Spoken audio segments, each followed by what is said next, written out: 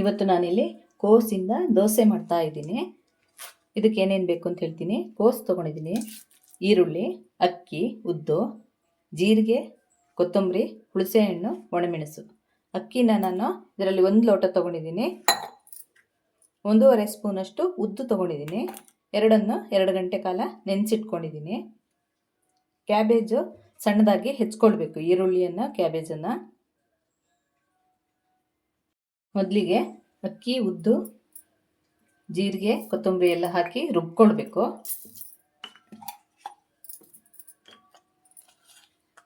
ಮೆಣಸು,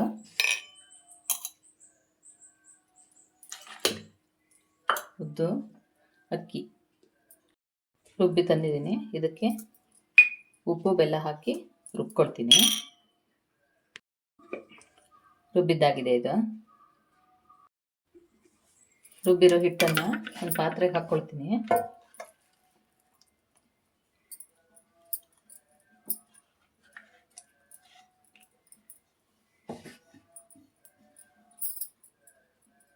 ಈಗ ಈ ಹಿಟ್ಟಿಗೆ ಕ್ಯಾಬೇಜು 1 ಬಟ್ಲಷ್ಟು ಹೆಚ್ಕೊಂಡಿದ್ದೀನಿ ನಾನು.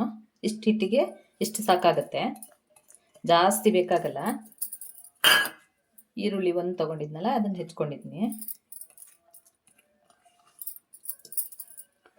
ಕೊತ್ತಂಬರಿ ಸ್ವಲ್ಪ ಹಾಕ್ತಿದ್ದೀನಿ. ಬೇಕಿಲ್ಲ, ನಾನು ಕೊತ್ತಂಬರಿ ಕಾಳು ಹಾಕಿದ್ದೀನಿ. ಇದ್ರೆ ಹಾಕ್ಕೊಳ್ಬೋದು.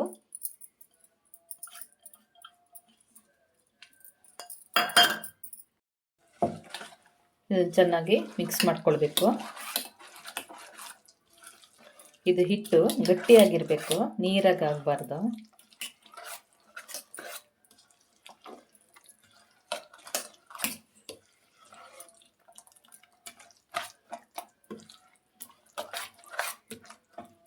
ಸ್ವಲ್ಪ ಜಾರ್ ತೊಳೆದು ನೀರು ಹಾಕ್ಕೊಳ್ತೀನಿ.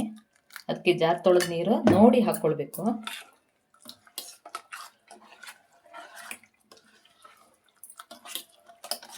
ಉಪ್ಪು, ಹುಳಿ, ಖಾರ ಎಲ್ಲ ಹಾಕಿದ್ದೀನಿ.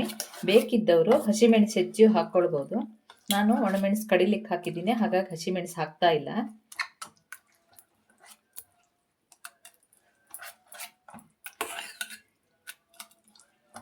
ಸಾಕು, ಇದು ಸರಿ ಇದೆ. ಇಷ್ಟೇ ಗಟ್ಟಿ ಇರಬೇಕು. ಇದನ್ನು ಒಂದು 5 ನಿಮಿಷ ಹೀಗೆ ಇಟ್ಬಿಟ್ಟು ಮತ್ತೆ ದೋಸೆ ಮಾಡ್ತೀನಿ.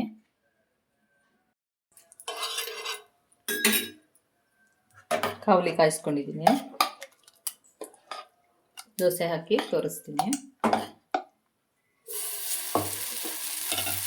ಇದು ತುಂಬ ತೆಳ್ಳಗೆ ಮಾಡಬಾರ್ದು, ದಪ್ಪನೇ ಇರಬೇಕು, ತಿನ್ಲಿಕ್ಕೆ ಚೆನ್ನಾಗಿರುತ್ತೆ.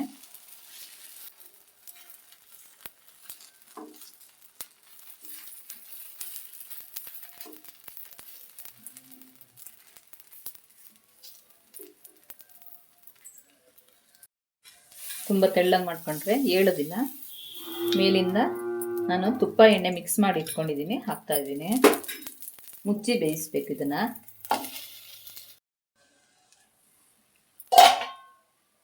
ಇದು ದೋಸೆ ಹುಯ್ಯುವಾಗ ಉರಿ ದೊಡ್ಡ ಇರಬೇಕು, ಆಮೇಲೆ ಮೀಡಿಯಂ ಫ್ಲೇಮಿಗೆ ಮಾಡ್ಕೊಳ್ಬೇಕು.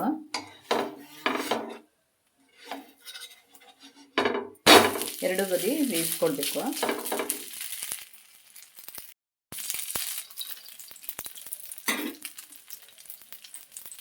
ಮಕ್ಕಳು ಮನೇಲಿದ್ದರೆ ಏನಾದರೂ ಡಿಫ್ರೆಂಟ್ ಕೇಳ್ತಿರ್ತಾರಲ್ವ, ಆವಾಗ ಈ ಥರದೊಂದು ದೋಸೆ ಟ್ರೈ ಮಾಡ್ಬೋದು.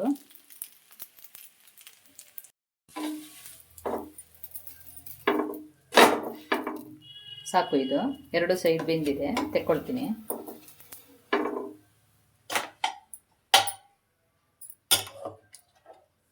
ಇನ್ನೊಂದು ದೋಸೆ ಹಾಕ್ತೀನಿ. ಸೌಂಟಲ್ಲಿ ಬೇಕಾದ್ರೂ ಮಾಡ್ಬೋದು, ಆದರೆ ಅಷ್ಟು ನೀಟ್ ಆಗಲ್ಲ ಅಂತ ನಾನು ಕೈಲಿ ಮಾಡ್ತಾ ಇದ್ದೀನಿ. ತೆಳು ಮಾಡಲಿಕ್ಕಾಗಲ್ಲ, ಸ್ವಲ್ಪ ಆದರೂ ತೆಳು ಮಾಡಬೇಕಲ್ವ, ಇಲ್ಲಾಂದರೆ ಬೇಯೋದಿಲ್ಲ.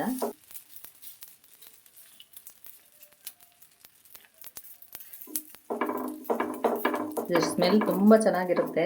ದೋಸೆ ಬೇಯುವಾಗನೇ ಘಮ ಚಂದ ಬರ್ತಾ ಇರುತ್ತೆ. ಇಷ್ಟಪಟ್ಟು ತಿಂತಾರೆ ಎಲ್ಲರೂ.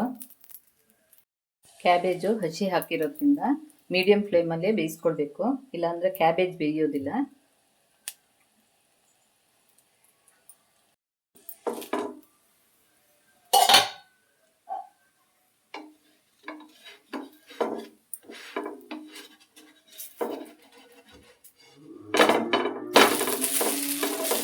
ಈ ದೋಸೆನ ಸಂಜೆ ಟೀ ಟೈಮಿಗೆ ಮಾಡ್ಕೊಳ್ಬೋದು.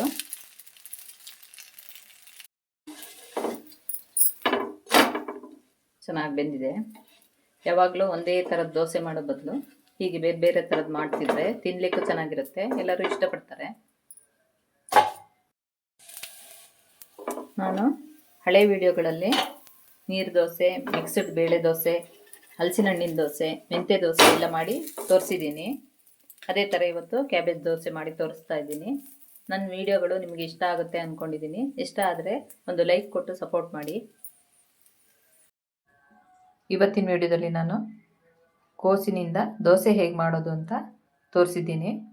ಈ ವಿಡಿಯೋ ನಿಮಗೆ ಇಷ್ಟ ಆದಲ್ಲಿ ಲೈಕು, ಶೇರು, ಕಮೆಂಟ್ ಮಾಡಿ. ಸಬ್ಸ್ಕ್ರೈಬ್ ಮಾಡದೇ ಇರೋರು ಸಬ್ಸ್ಕ್ರೈಬ್ ಮಾಡಿ. Thank you.